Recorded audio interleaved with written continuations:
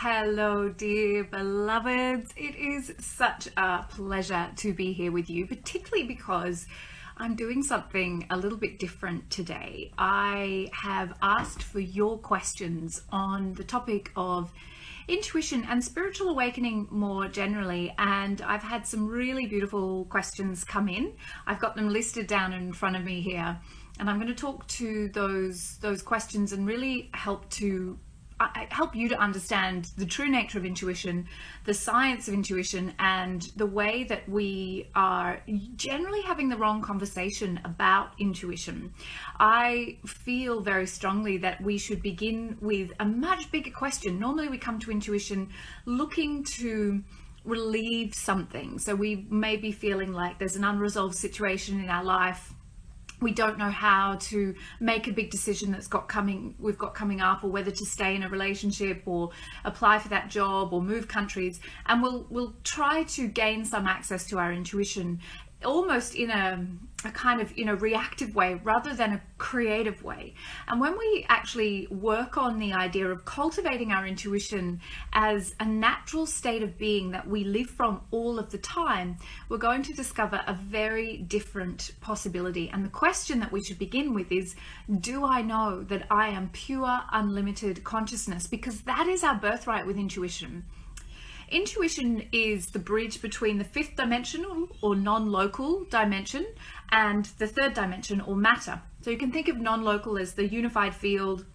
It's pure consciousness, pure energy. And the third dimension is matter or form. It's everything that we see around us through our dominant senses that looks solid and real, but of course is only vibrating particles that are not actually particles at all.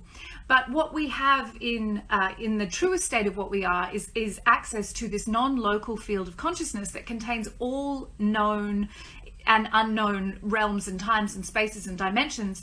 In fact, everything is there. Everything exists inside of this field, and we are entitled to have access to it.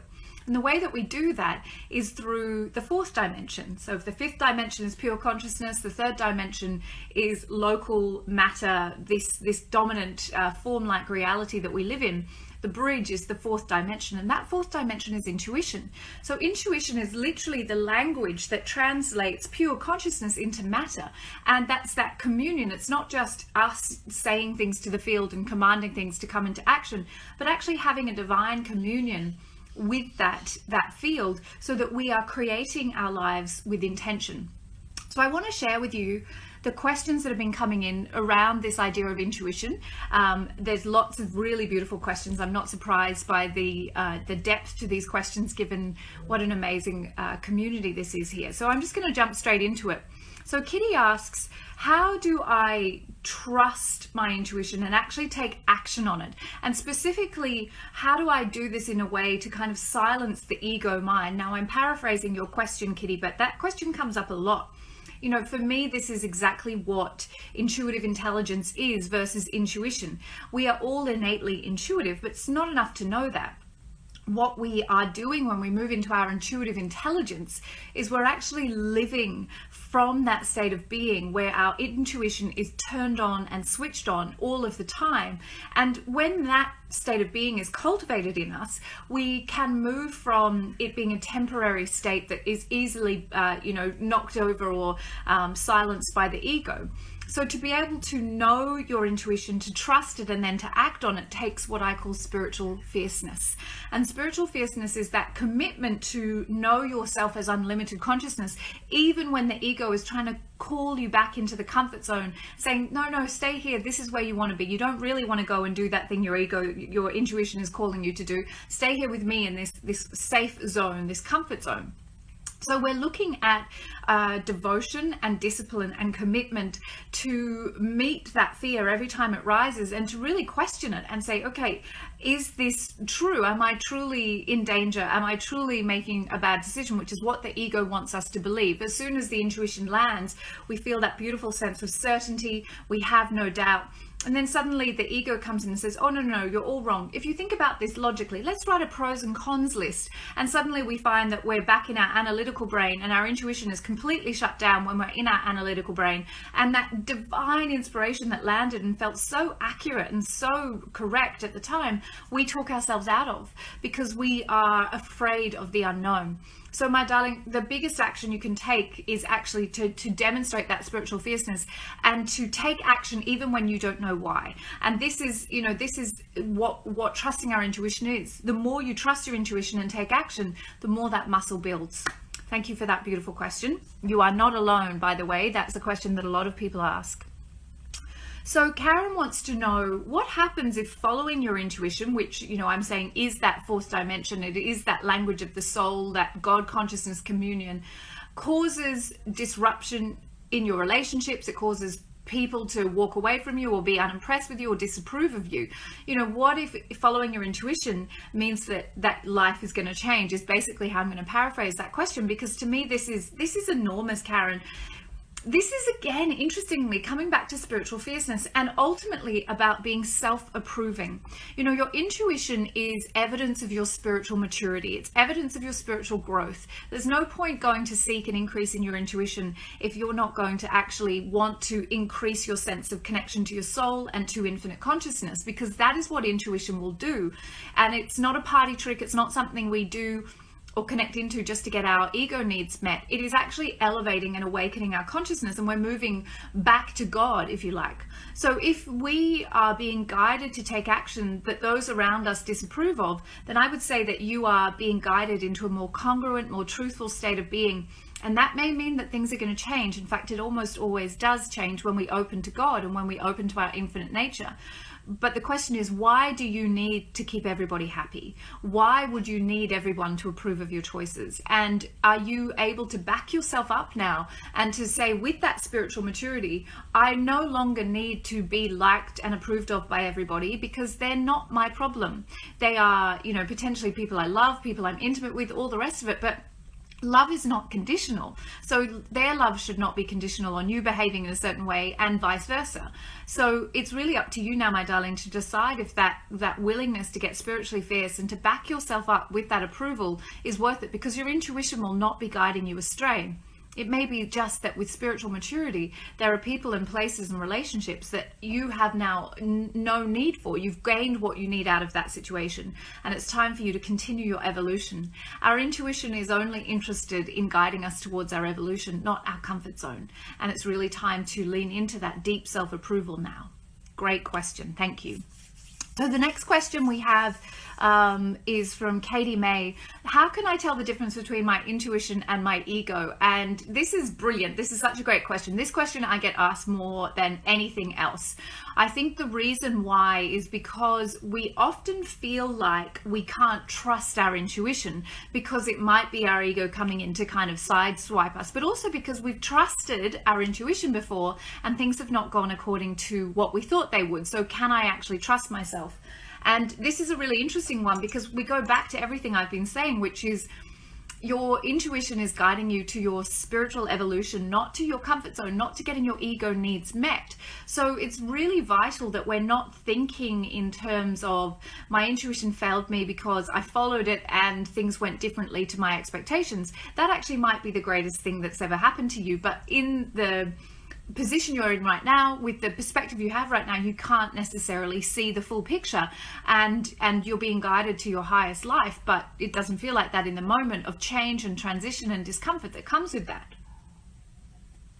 So it's a really fabulous question, but basically the simplest answer is, how do I know the difference between my fear and intuition? It's practice, exactly as I've said before. If you are following your intuition regularly, even when you don't know why or how the outcome will play out, your muscle grows, the intuitive muscle grows, and you will be able to hear, feel, see, or know your intuition more and more and more. And the doubt will disappear, and you will know instantly if it's your ego, because you'll see how the machinations of the ego are trying to, keep you limited and small and safe. And the intuition is guiding you to a new paradigm. So don't be afraid that intuition is sometimes really uncomfortable. What you're guided to do will not necessarily be the comfortable decision. And that's why people will say, oh, well, I can't trust my intuition. But actually, your intuition is guiding you to a new paradigm. So don't be afraid of that discomfort and that disruption that might come. But ultimately, the very best way to build that muscle is to keep trusting your intuition, even when you don't know why, and knowing that as you do that, it's like you're building faith in your relationship with that, and your intuition will respond by being more and more present, and the doubt will fall away. Fabulous question. Thank you so much, Katie May. I had another question here of how to open to intuition from Alexandra, and there was also a question on how do you reawaken intuition if it's kind of gone silent on you. So I'm going to answer both of those together, because I think the thing that we think we need to develop our intuition is actually not what we need. What we need, the conditions of intuition, are to go into the state of being and the brainwave state that allow us to receive our intuition. Ultimately, we will be able to hear, feel, see, or know our intuition, even if we're driving down the freeway at 100, regardless of how busy or chaotic the environment we're in is. We can create that state of being where our intuition is present all of the time. But whilst we're learning to grow that relationship, there are certain conditions that will absolutely support you to be in that state of being more readily. And those things are not part of our daily life generally. They're stillness, silence, and solitude. So ultimately what we want to be doing is moving out of the incoherent high beta brainwave state, which is not accessible to intuition. Intuition does not flourish in the high beta brainwave state. And we want to put ourselves into a state of brainwave state, ultimately of alpha, or even theta, but alpha absolutely, because the alpha brainwave state is where we start to expand into our intuitive and creative capacities. And this is where we will be able to see, hear, feel, or know our intuition much more readily. So ultimately what we need to do to begin that relationship and really to reawaken or to develop it is to have time every day in stillness, silence, and solitude. These three qualities are the qualities of the mystic, not surprisingly. And we're going to the world within the world. Intuition is a function. It's a transpersonal, multidimensional, non-earth-based function. And I mean that in the sense that it's not part of the dominant physical matter. Non-local intuition is that bridge, as I said, between the fifth and the fourth and the third dimensions. It's the fourth dimension that turns pure consciousness or energy into matter. So if you want to have access to that, you need to create the conditions where you can sit in that space without the noise around you that's going to distract you. Eventually you will build that muscle to the point where you don't need any special conditions. You don't need that, but your soul will still crave it. It's still a condition of the mystic to want to be in stillness, silence, and solitude on a regular basis. So I recommend that you go into your meditation, whatever form that takes for you. Absolutely. The three I guess, key elements of the mystic are stillness, silence, and solitude. Now, for me, if I don't have these every day, my mystic goes bananas. And then I start questioning my mental health. I start questioning my life choices. I want to do something radical to change things. And if I actually just spent an hour or half an hour on my own in meditation with intentional stillness and silence, I would actually come back into a state of balance. So it's very easy for us to think things are going wrong, but actually just our inner mystic's needs are not being met. And mysticism is the key archetype. The mystic is the archetype of, intuition is a function. It's a transpersonal, multidimensional, non-earth-based function. And I mean that in the sense that it's not part of the dominant physical matter. Non-local intuition is that bridge, as I said, between the fifth and the fourth and the third dimensions. It's the fourth dimension that turns pure consciousness or energy into matter. So if you want to have access to that, you need to create the conditions where you can sit in that space without the noise around you that's going to distract you.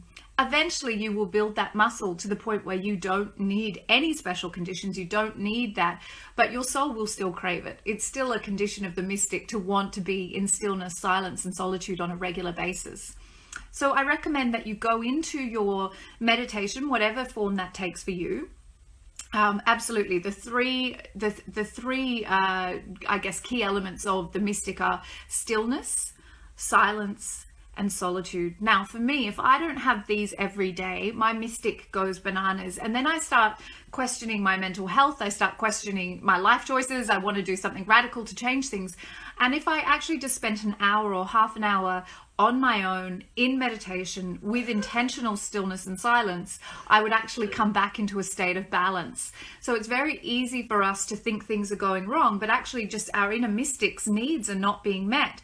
And mysticism is the key archetype. The mystic is the archetype of intuition, because she is the bridge between worlds. She is that gatekeeper to the world within the world, to our non-dominant reality.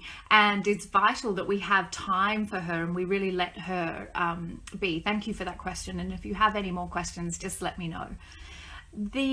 The ideal is that you just sit in that stillness and you don't have a plan, you don't try to command anything, you just sit in stillness. And you could potentially use the prayer from Caroline Myss that I love: let my soul go where I cannot go, and let my soul go only with God. And you can just repeat that prayer to yourself as you sit in meditation, and then let the prayer go and just sit in the silence. You may not notice an immediate change in your capacity to feel, hear, see, or know your intuition, but very quickly you're going to build that muscle, create the space, give yourself the conditions that allow your intuition to be heard. And then even in the busyness of life, you'll feel that drop into you. That prayer again is, let my soul go where I cannot go, and let my soul go only with God. Love that prayer.